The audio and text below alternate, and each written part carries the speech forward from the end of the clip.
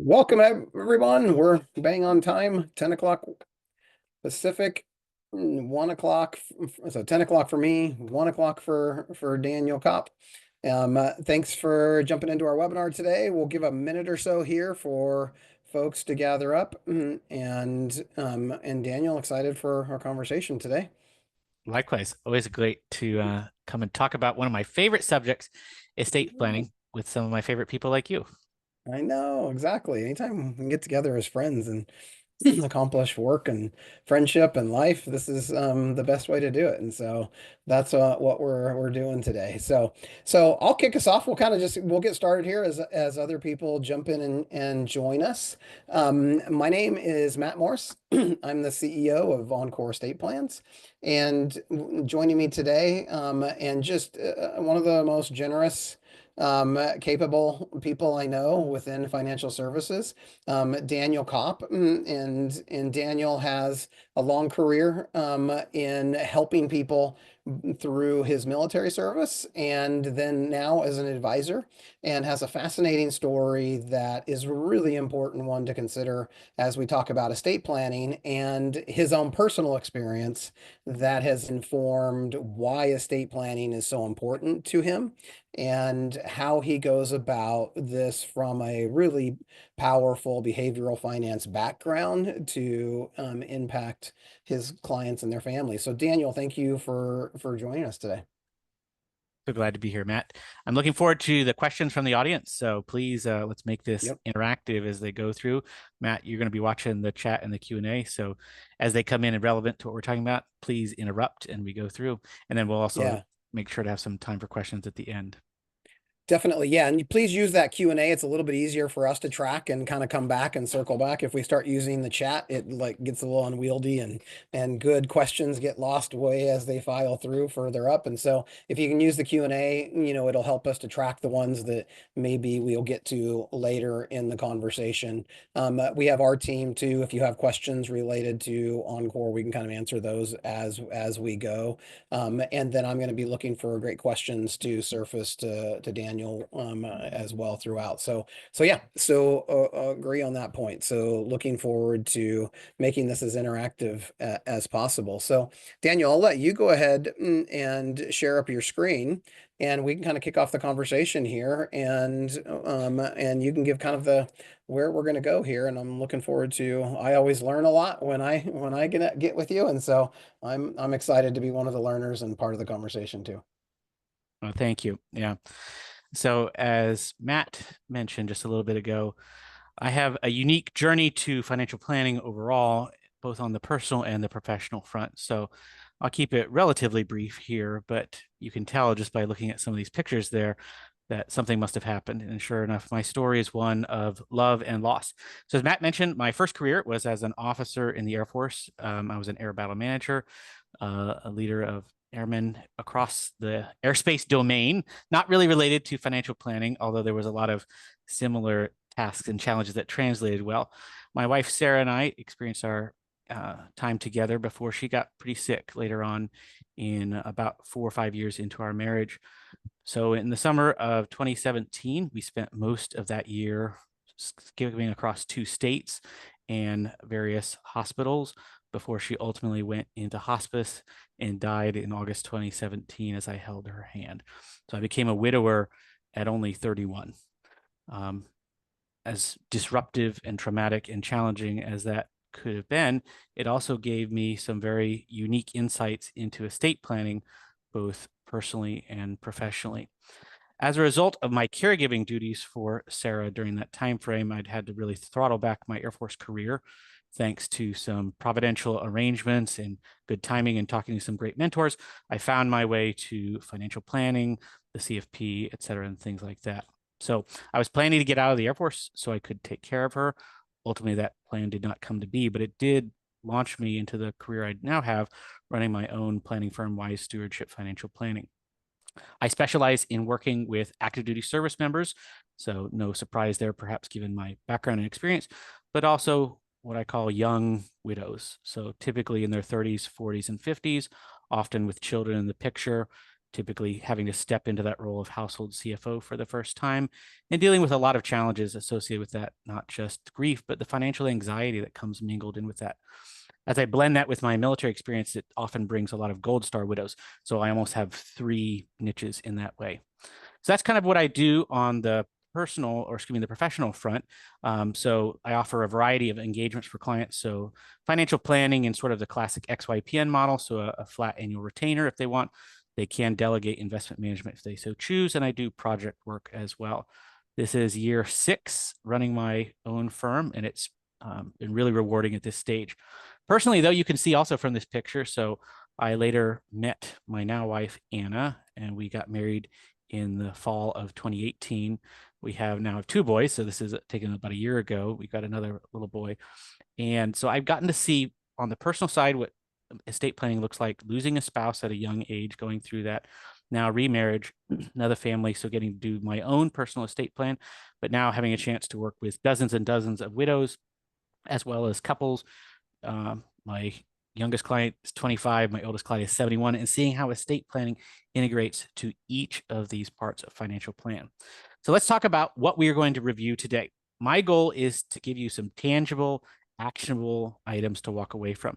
So we're actually going to dive into my estate planning process.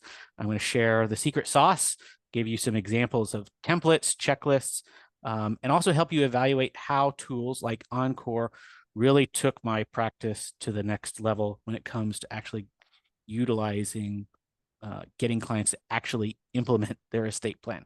So that's what we're going to talk about today. And Matt, I would love for you to jump in here to talk about, like, you have these conversations all the time. What do you see as one of the gaps between advisors actually being comfortable doing estate planning, and how you think that we're going to make sure we dive into that today? Yeah, this and this is why, Daniel, we really appreciate you that you've given this presentation, I know at conferences as well. And this is the struggle. It is for many advisors. They understand the gap. They all have the clients they've been referring to attorneys for years to go and get this done. And the clients come back to the annual review year after year saying, "Yeah, I haven't got there yet. Maybe this year we'll get it. We'll get that done." And it's really for advisors to step into this gap, they need a level of comfort. You don't want to be, it's hard as an advisor. We hear it all the time and understand it, that if I don't know the answer to something, I don't want to dive into that conversation. And so there's two things we'll talk about: unauthorized practice of law, clearly, an important topic we'll get to today.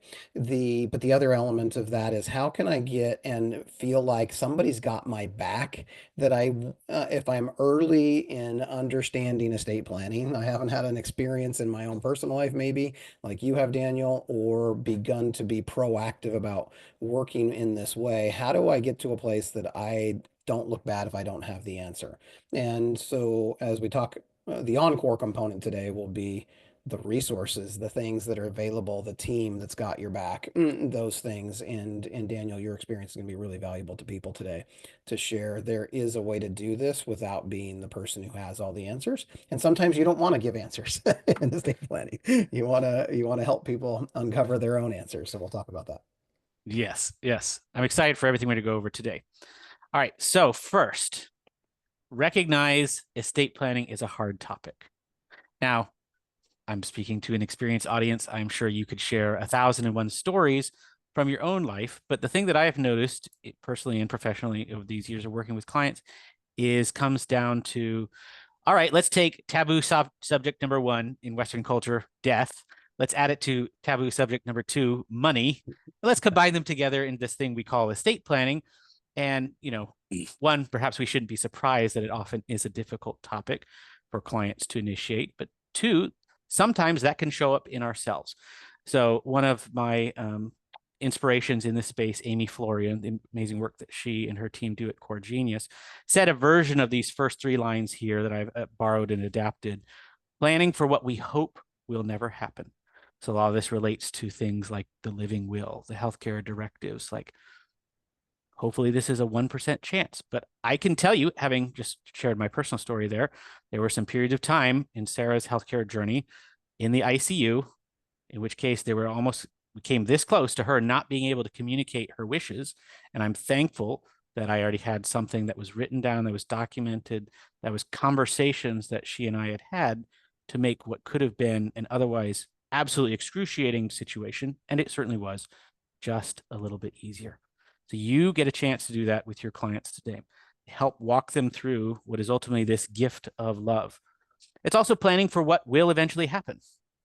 None of us are immortal, as much as we might like to imagine at some level we are. We are finite. And planning for what we want to happen when it eventually will happen is really what the gift of estate planning, a well thought out, a well done estate plan, can be a powerful gift. Now, there's an idea here also that comes from the world of therapy. So as I started to work with clients and work with their money and emotions, I realized, boy, my technical skills on tax planning and the CFP curriculum and all this kind of stuff was great, but there's something more. So I went back to school at K-State in their master's in financial therapy program and learned and walked away with something that the world of therapy has used for a long time, called the self of the therapist, or as we might apply, the self of the advisor, the self of the planner, and the ability to first do your own work and recognize the internal discomfort that you might have, and sometimes how that shows up in the way that you interact with clients around it.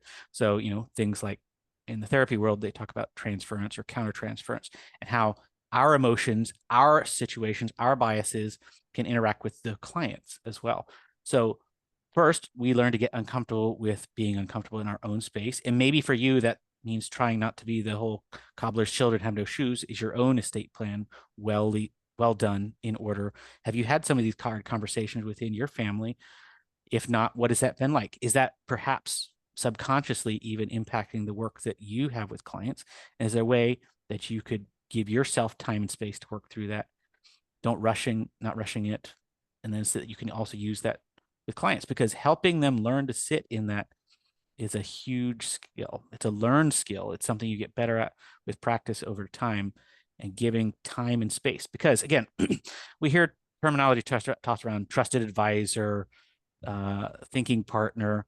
I even think of Dick Wagner's work that published in like Financial Planning 3.0, how in many ways, as modern life has evolved, we as the advisor get to sit in that almost spiritual advisor space, something that maybe a pastor or a priest in a prior era may have held, where we may be the one space in which clients can come and feel safe, feel heard, and feel understood, or be given the chance to explain and understood, versus so many parts of our, I won't even dignify it with the word profession, our industry sometimes drives clients to do. Any thoughts on that as we This reflect on is this, yeah, Matt? and this is the power of an advisor who has that skill set, coming to providing an opportunity for the client to get their documents done, because this is what holds us back from going to attorneys. It's not often, it can be the cost at times, but it's going to a stranger and having these very intimate, emotional conversations with someone who I don't have a lot of background with. That's one of the pieces that keeps us from wanting to do it. And this is the struggle with getting people to say, go to that attorney, get this done. When that, intimately trusted advisor, we say you all have Kleenex on your desk for a reason, because you've gone there and into these hard topics.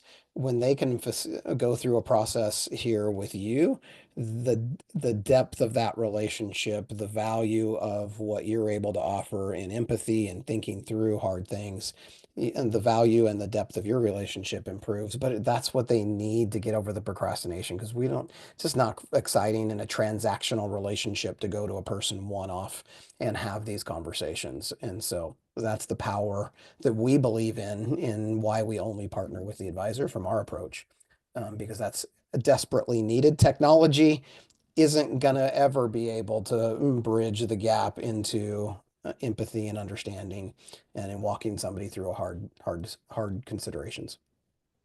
And the trust that's built up in a relationship that's ongoing too.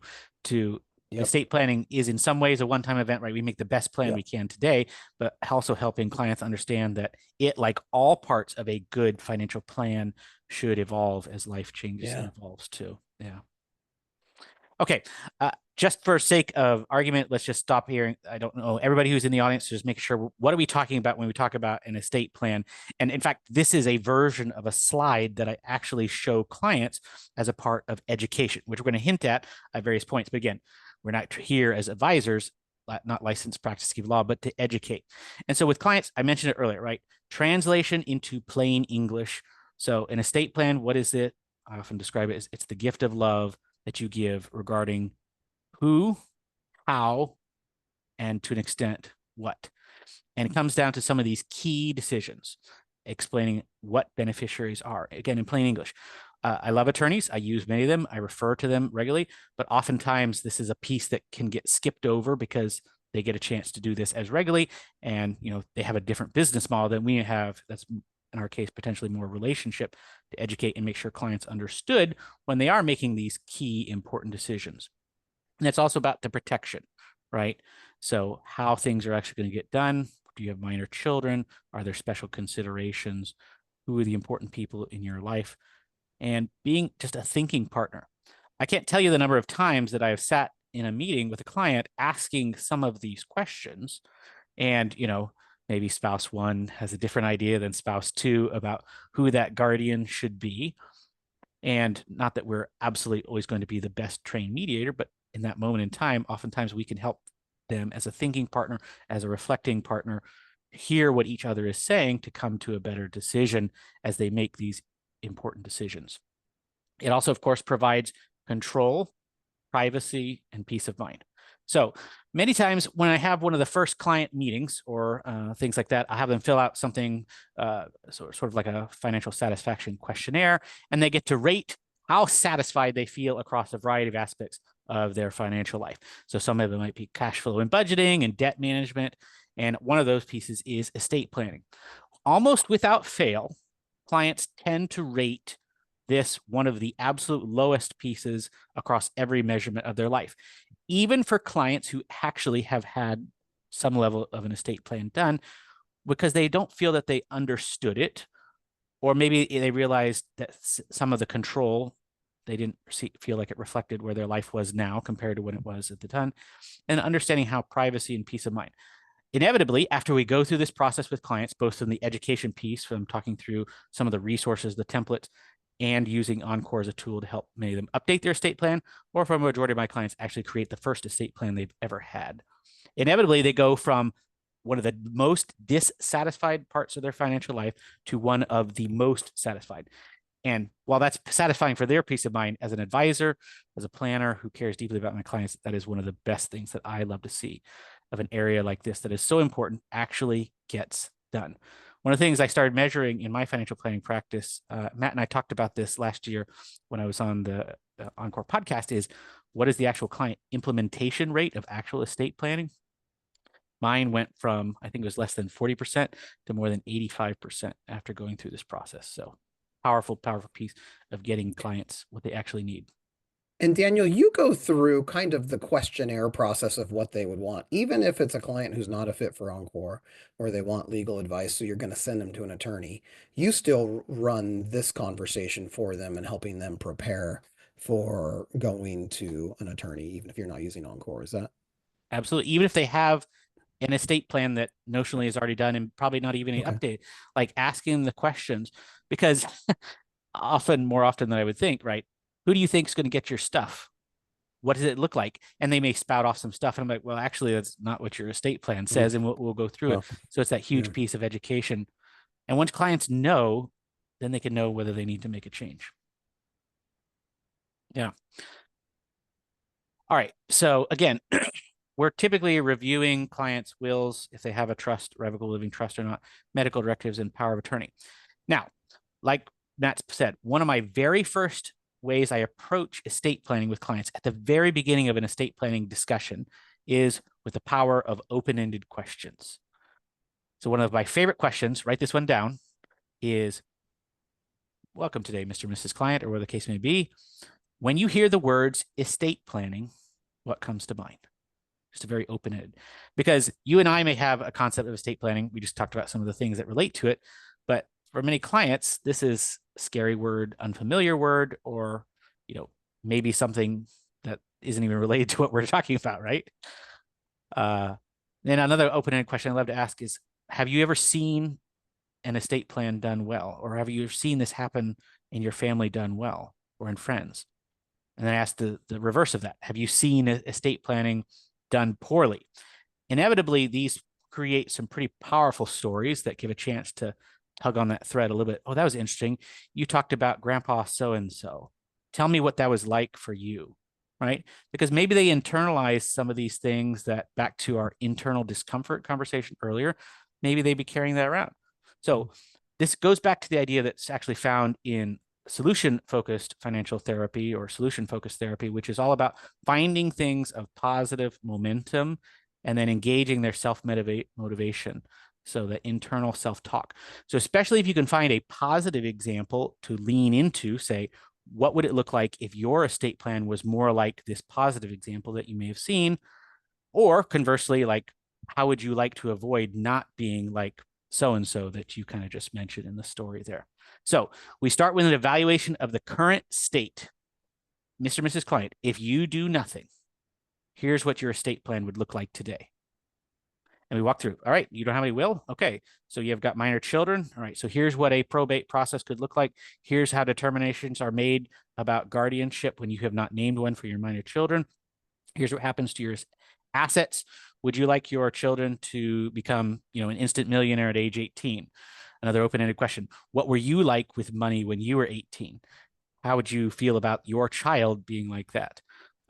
Educating them on what these individual documents are and how they work together. Again, even clients who have been to an attorney and gone through this process, when you say something like a pour over will, they look at you with a blank stare. They have no idea what that means. So translation into plain language. And then the last piece of this goes to another piece of financial psychology, the trans-theoretical model of change. Just because a Oh, that's client, a big word. yeah, sometimes called the change cycle, right? Okay. So now there's 5 stages in here.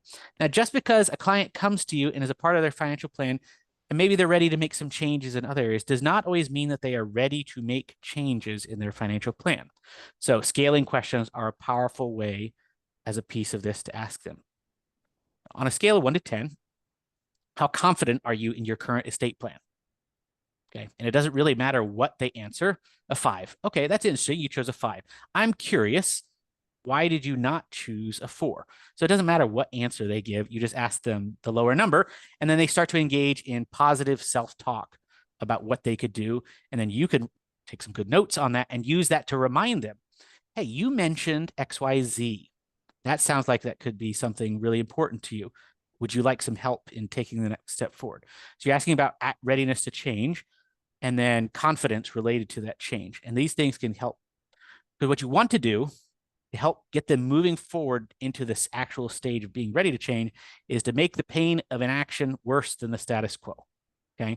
So you're going to motivate them with their own words, help them see the progress, start to get motivated, but also help them recognize that doing nothing is status quo. Make that pain of inaction worse than the pain, than the discomfort, than moving forward, doing some extra administrative, having the tough conversation with a spouse so that you can do that. And the last piece is where Encore really comes into play for my clients, which is all about reducing friction, getting things out of the way, making the process straightforward, simple, easy, advisor led. You can help the clients get this stuff done so they actually do it. Because inevitably, right, you may have gotten through everything that I've just talked about, and then you hand it off to the attorney, and then it just disappears into the black hole Yeah. of client, did Yeah. you do this? Client, did you do this? Client, did you do this? Right. So this is where I love where Encore comes in to make it easy and straightforward. Now, Matt, on this next slide here, let's talk about expectation delivery versus what actually we see happening across financial services. Yeah, so this was a survey by Spectrum Group now a couple years ago, but where they went to investors and said, "What services would you like to be receiving from your advisor?" And there were a couple others estate planning related. That 3 of the top 5 were estate planning services. 93% of clients said they want help from their advisor But the gap here is right now only 22%, or at that point, 22% of advisors were working on that. Thanks for coming here and being a part of the team that's trying to move this 22% number up for all of you. But yeah, that there's a humongous gap, and it is the gap on the reasons people procrastinate. And I think they see in their advisor somebody who they trust to help them. And so it's all about for us equipping more advisors. And with what Daniel's sharing today, it's gold on how to help step into this gap. Yeah, I don't think I have it on a specific slide here, but since I started using Encore almost 2 years ago now, when I've had the opportunity to talk about this in initial prospect calls with people who are not yet clients, and they hear all the things that my firm does, a part of comprehensive, holistic financial planning, et cetera, they're intrigued. But one of the differentiators is really starting to be estate planning. Like, oh, you do that too? I don't have to go to another professional, or inevitably you get the little side nudge. We've been meaning to get that done. Could you help us?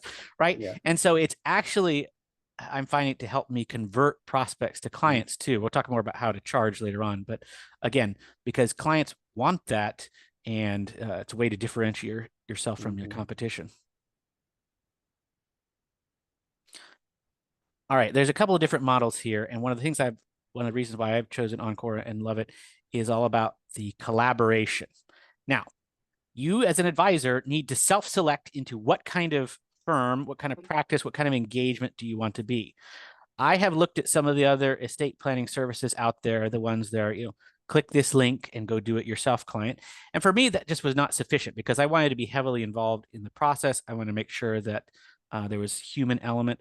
And I didn't want clients, especially my widow clients who are already dealing with brain fog and all the other challenges of like, wait, I have to go figure this out on my own. I thought you were going to help me with this. So this collaborative, I think you call it the delegative model, Mhm. Matt, right? So talk Yeah. a little bit about what you see from the landscape as you've been building this over the last many years. Yeah, yeah, and I think the traditionally, as we all know, the one solution was refer them to an attorney and delegate estate planning and tell them why it's important, and then send them on their way. Now we also do have software options that are of the other software options, in the same space as Encore, but they still operate from kind of a delegative software model that, hey, client, here's a link, go for it, and the client has to jump in and kind of figure out the software, find the resources on their own when they have questions. And so out of that, it's still a delegative. It's another option. It's a lower price point that maybe helps with the cost reasons for procrastinating.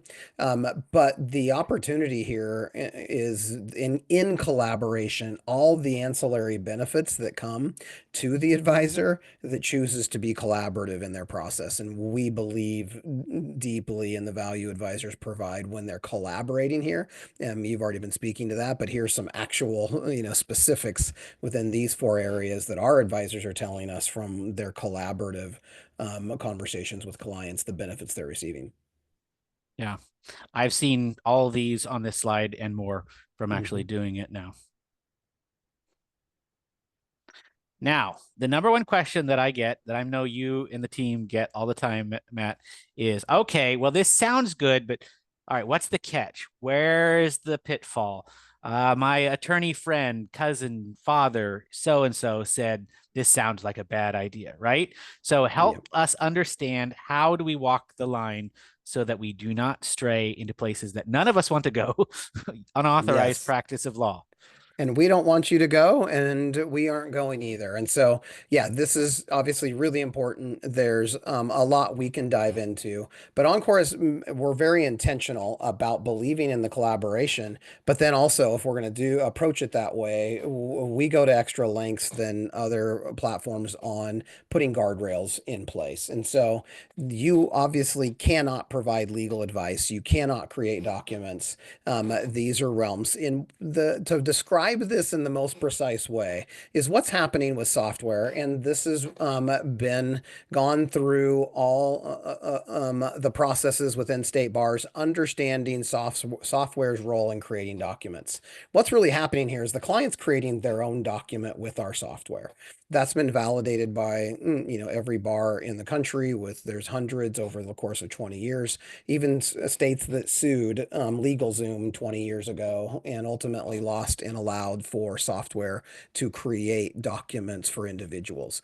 Your role as the facilitator is just you understand the software, you know where to put what, where the questions are, where the resources are when the client asks the question. And so you're within that role. But there's still some guardrails here. We do very simple estate plans. We have disqualifying questions that would say we're not a fit. We have disclosures that you absolutely should have the client signing that they're understanding their role. And then we go to extra links to document their decision. So those 3Ds are very important to us and to keep you in your lane. And so that's a quick kind of understanding that. But Daniel, you obviously deal with this on the ground. What would you have to say and how you set the expectations and deliver the help without crossing that line? Yeah, and a key word is expectations, right? Making sure clients understand how and what my role is. It's like my old boss used to say, happiness or unhappiness is expectations minus reality, right? You set them up for failure with an unrealistic level of expectation. So I'm starting every conversation with this. I'm not an attorney. I cannot provide legal advice. My role is to give education. Let's talk about some examples of what that might be. Give some examples with client stories.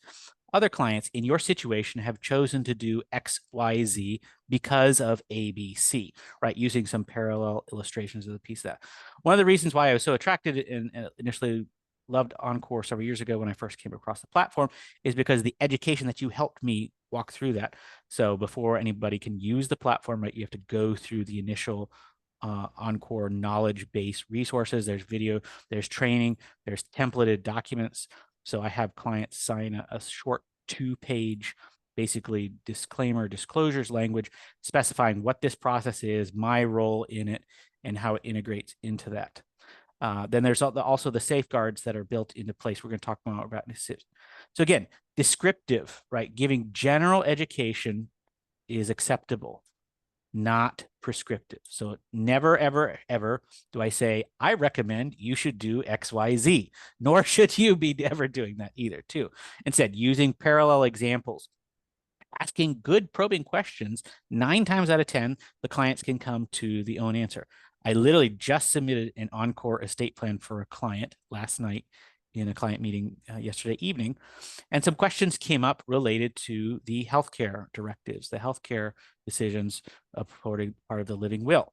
And so I used some personal illustrations and examples of things that may have happened, when a patient is unable to give consent as examples and stories. And based on those and a few other follow-up questions, clients were easily able to, amongst themselves as spouses, come to a decision that made the most sense for them, right? The other thing going through the Encore software is there's great little helpful little pop-ups, little information buttons that give examples of, hey, when we're talking about something like this, here's an example: mechanical breathing, CPR, etc. Some plain English terminology to translate what is otherwise the legalese there. Speaking of, Matt, tell us more about the Encore's knowledge base. Yeah, I'll throw this out. We had a great question that came up. The lingo associated with estate planning is also hard. You mentioned conversation avoidance because advisors are not comfortable with the process or they don't want to say the wrong thing. So, what are some places to go? So, I would say our knowledge base is an important one. We have tons of resources. We have that any question super searchable. We have required training you have to go through within our process. But we find advisors who have done dozens and dozens of plans with us sometimes don't realize, oh, wow, I didn't know this was here. And so sometimes we love sharing with our own advisors. I think in the last year, we've added about 100 It's grown resources. tremendously, yeah. Totally. And so invested heavily in this because we know if you're not comfortable. So dive into, we have educational videos focused for advisors, but things you can share with your clients. And so most anything you would want to know, we have here. And then the other component is our support team that has your back, that you aren't on your own. You can call up, have conversations, email with as well. But this knowledge base is a humongous resource specifically to helping advisors within your conversations. Yeah, and recognize that, again, this is part of our core fiduciary duty to clients to not take them where beyond our own skills and expertise. So part of this comfort on your own level to that advisor's question is like getting the knowledge and representing you need. So I went back and took a whole bunch of advanced estate planning classes as a part of my master's program, and got connected with other attorneys and other advisors who have more experience in learning from them. This is obviously an ever going. I love learning more about it, but yes, in fact, just in the Encore database the other day, I pulled a client-facing trustee basics document. Just slapped my logo on it, polished up some of the other stuff to make it look more like a firm product.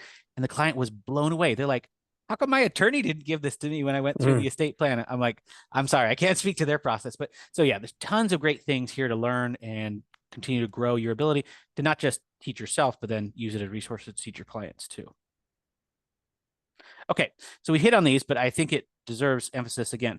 So when I take a client through the Encore process, so we mentioned the general education piece, but one of the very first questions that goes up in the start the advisor-led estate plan is the disqualification questions. And so we disqualify complex and high risk estate plans. It talks about asset levels. Are you disinheriting children?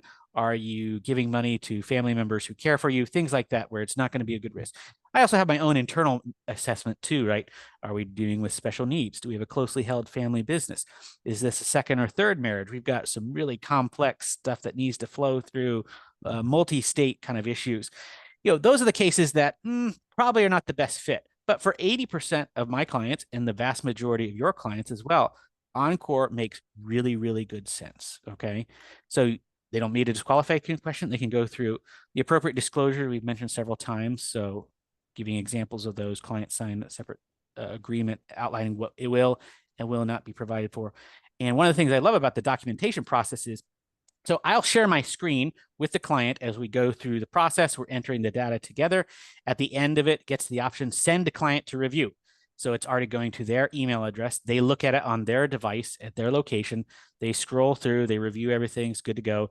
They click the checkbox, and that gives a time geostamp on their IP as another piece of this. Hey, I did not make this up and just input it without the client's knowledge. Like, they reviewed it as a piece of this.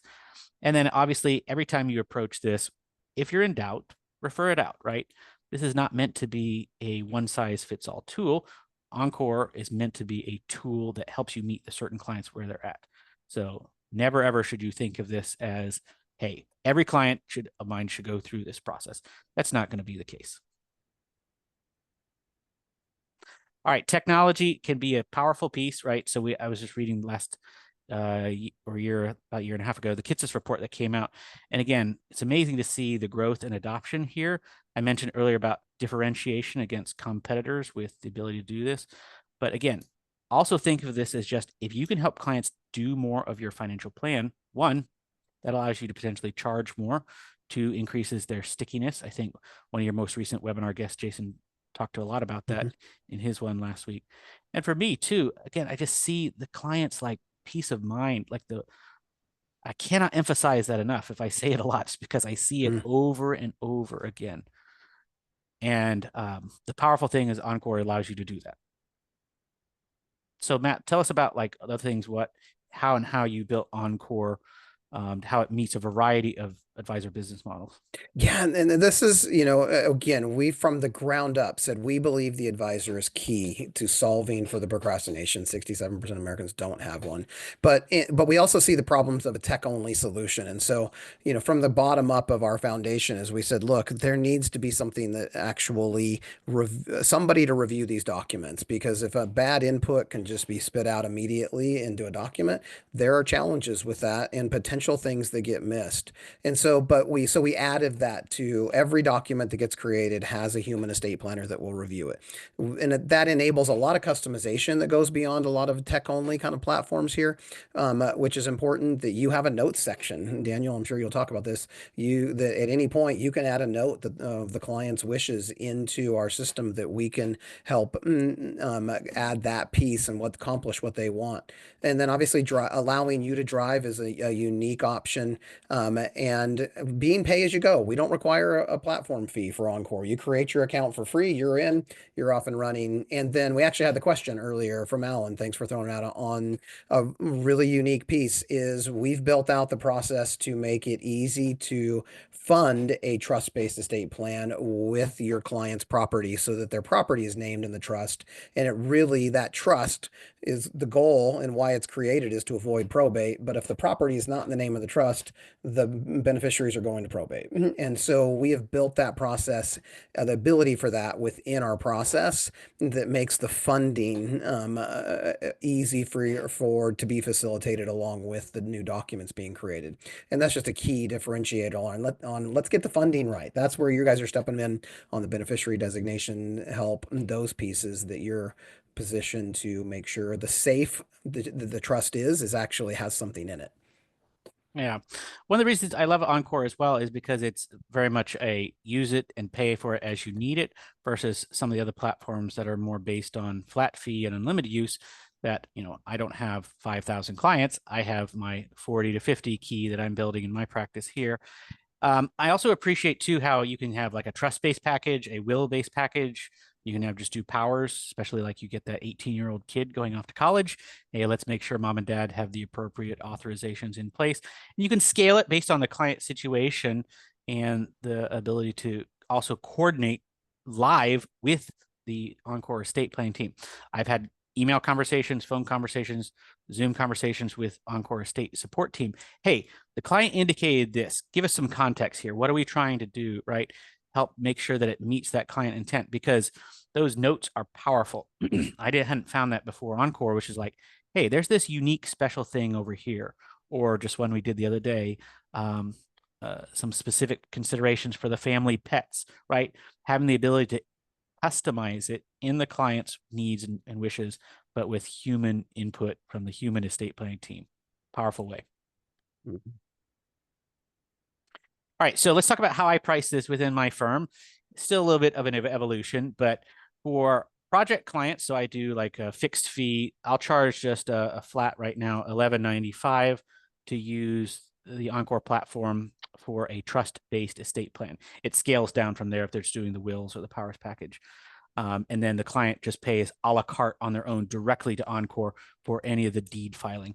I believe that's like $250 to $400 based on the state and jurisdiction there.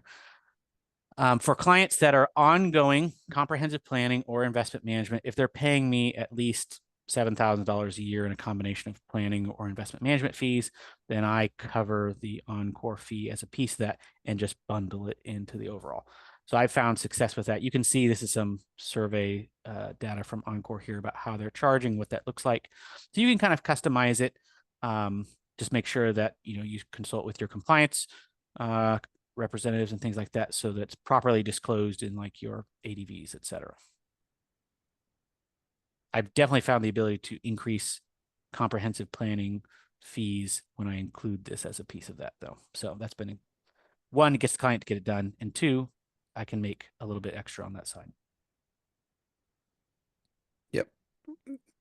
We have advisors all over kind of the map on that as you pointed out there, and some who just include it. And so it's our goal is to come to the table to be as flexible as possible for you guys to decide what's best for you. Yeah, and there are many of the advisors I also speak with, they want to just have the client pay Encore directly at cost. So that is an option too, if you want to make that a little cleaner, potentially more straightforward on your side as well. Daniel, do you want to speak to that real quick? A question just came in on the ADV. I know we have a template, I'll just say, and a resource that is in our getting started folder is ADV considerations that'll walk you through that. Maybe you can speak to it specifically, what you put in pricing wise in your ADV. Yeah, so basically what I just outlined a moment ago. So if I'm charging separately for it, for like those project planning clients, for instance, they're signing a separate planning agreement in which the fee is specified. And then there it states that a portion of this fee is going to Encore for their services. I think it like calls you a scrivener, if I'm not mistaken. And then a portion of that fee is going to me for basically my hourly rate. For the other clients that are above that 7,000 level, it indicates that I am taking this on and here's what it is. Those clients still sign the separate 2-page agreement. It just indicates I'm providing it at no additional cost to them. So I use the ADV kind of considerations that you provide, consulted with my compliance person to review and add those specifically. So the main 2 considerations are appropriate disclosure in your ADV as needed, and potentially a separate planning agreement specific to the Encore service. So hopefully that answers. If not, chime Yeah. in more and we can Yeah. take some more on that in Q&A here. All right. So with the last couple of slides here, I just want to show you some, again, so we've talked a lot about the Encore platform, but I also want to give you some example examples. So this probably looks familiar if you use Right Capital. So that's the planning software that I use. So you can use their estate checklist to like actually put in information about it. Is this created? Who are the important people? Again, kind of getting things in one place, simplified, plain English, listing the beneficiaries and also the flow through. Inevitably, I find with clients, okay, so-and-so gets a third, a third, a third, but what does that actually mean? So here's another example of a document that I've actually made and given to clients, which is, okay, so we're talking about numbers, but how does this actually translate, for instance, into your minor kids? So if between life insurance, current real estate, other investments, your net worth, say if something happened to both of you, you know, there might be 3.2 million in the trust today. All right, so split between 2 kids, that might be 1.6 million. So back to my previous question earlier, like, what would you think if your 18-year-old child suddenly had $1.6 million all to their own? What would that be like? Would that feel good to you? How do you think they would handle that? You know, going down that road to help emphasize, well, maybe if you want some extra control, a revocable living trust could make sense for reasons X, Y, Z, right? Also explaining like things like, okay, HEMS provision, healthcare, education, maintenance support, putting dollar figures associated to that so you can actually see what the clients are actually going to be. Identifying who is already named, or if no one is named, for things like healthcare power of attorney, financial power of attorney, guardians, and things like that. Again, attaching dollar figures to it is immensely more meaningful to a client than percentages or things like that. So finding a way to use that.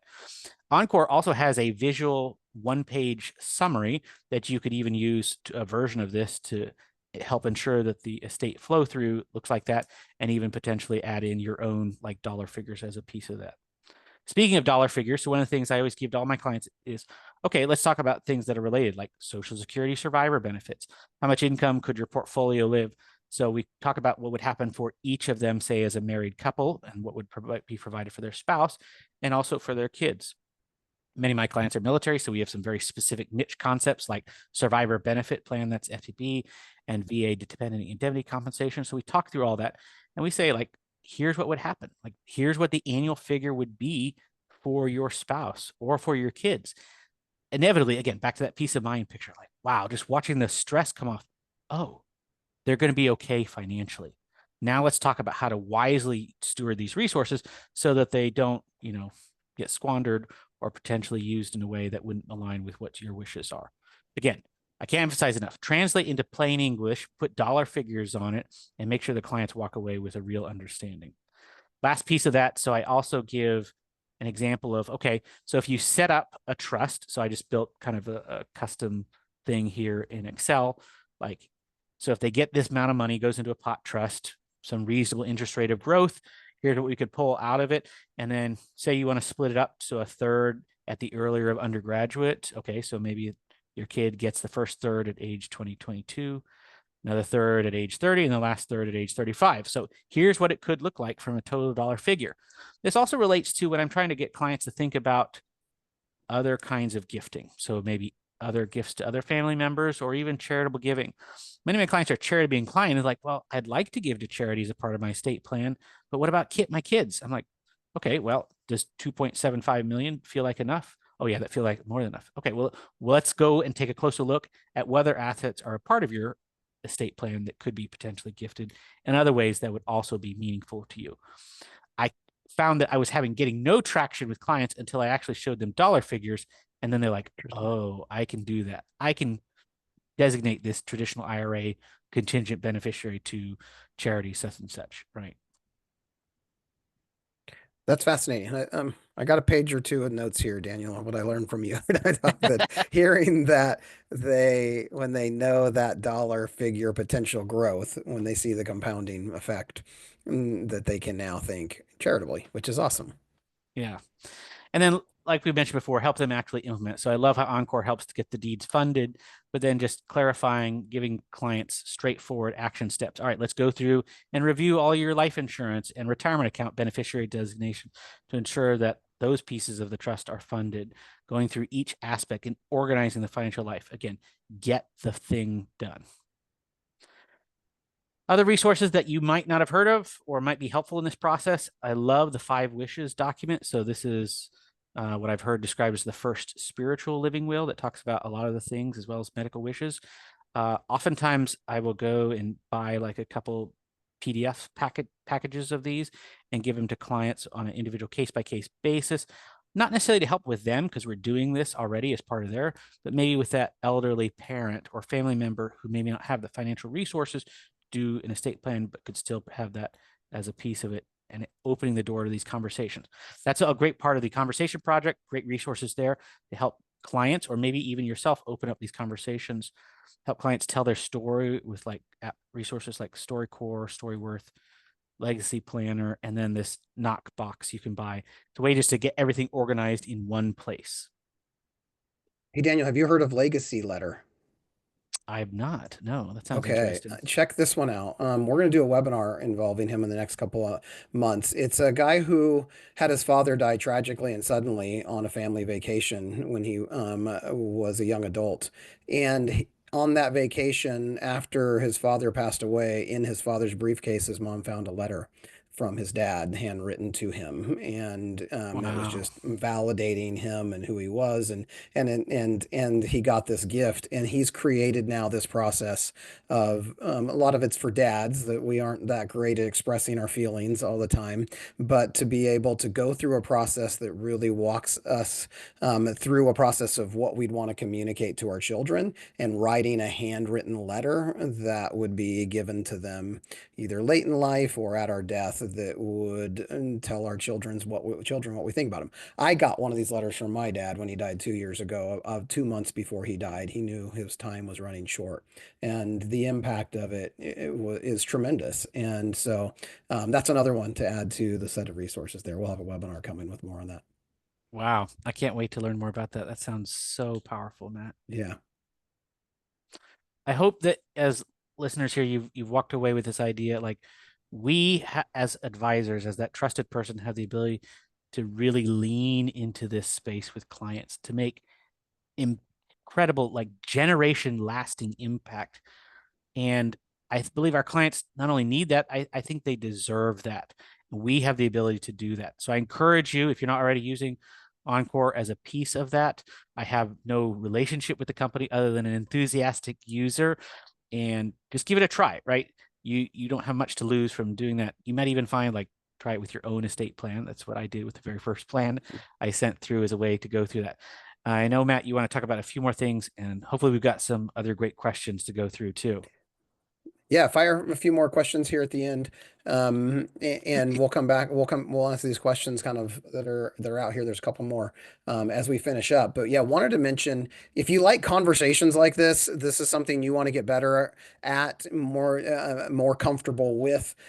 We have a podcast, Advisor's Guide to Estate Planning, and all we do on our podcast is interview guys like Daniel and those who've had success, really implementing this. And so that's an awesome podcast, just conversations with me and advisors going, how do you do what you do? And you'll find a wide variance of different ideas and different approaches that will make you implementing some level of estate planning, whether you use Encore or not. And we want to be a valuable resource. We want to see more people getting these documents done. Sure, we're one solution, but we're one of many, and we just would love to see more advisors stepping into this massive gap that exists, and people have this need. And so that's a great resource just to get ideas, hear from others that are deeply involved in this. And then the last slide I'll throw out to you, and then we'll hit on finish up with a couple more of these questions. Is if you want to jump to Daniel, is if you aren't working with Encore yet, we want to give you a path to get your plan done or use that first client planned earlier. I think it was Stacy said she wanted to get her first client going. We're going to actually give you a code here. If we have that, actually, maybe Daniel, if you have that, I don't know if that slides up, but we'll give you a code if you want to use integrating EP at checkout. No, that's the wrong one. We're not, that's our slide. Daniel, you have to find that one. It's in there somewhere in those slides, or I can share it up as I finish. I can do that. And if you want to, we'll give you 50% off your first plan if you do something with us by tax day, April 15th. And so that's an option. And at our checkout, we have a little discount code. And if you put in integrating EP, which was our topic today, integrating estate planning, There we go. we Now I got the right one. awesome. Thank you. We'll give you 50% off that first plan if you get it in by tax day. So that's one more thing to do before tax season is upon us. We had a question about Encore filing the certificate of trust with the county recorder. We aren't doing any irrevocable trust planning, and so that doesn't need to be filed with the county recorder. It's part of our document set. Absolutely, the certificate of trust that would get filed. Once something becomes irrevocable at the first death. And so we don't do that as a process. We do file deeds once we and do the recording process end to end on moving the property. And so we are involved with county recorders for that role. So that was one of our other questions. And so yeah, I think that was the last question I had. Did we have anything else we missed in the chat? I was just briefly reviewing some of those pieces. I was just Um, scrolling back through it here. Yeah. yeah, and ultimately, Daniel, I'm super grateful for you. You're a great partner. Appreciate all that you bring to the table and your willingness and generosity to help other advisors with what you've learned. And so thank you so much for just bringing in great content. Like I said earlier, I have a couple pages of notes for the things that I learn from you each time. That I'm like, wait, that's brilliant. That's great. And so we appreciate you sharing your experience and knowledge with others. And let's, together we want to partner to help more people get these plans done, to see financial planning go to the next level. As far as engaging with Encore from our website, you can book a demo at the very bottom of the website if you wanted to have a conversation with our team and get directly walked through our platform. We didn't want to spend a lot of time today with you taking through the details of that. We can do that, at a separate time. We have a guided demo right below the fold on our kind of as you scroll our website. That's a 17-minute video that walks you through all the details of what we do and how we do it. Our team is available. We're 75% software, we're 25% service. And so reach out to our team, our support team. Daniel, maybe I'll ask you that question as we finish out. You've worked with our support team a lot. What's been your experience from the service element of Encore?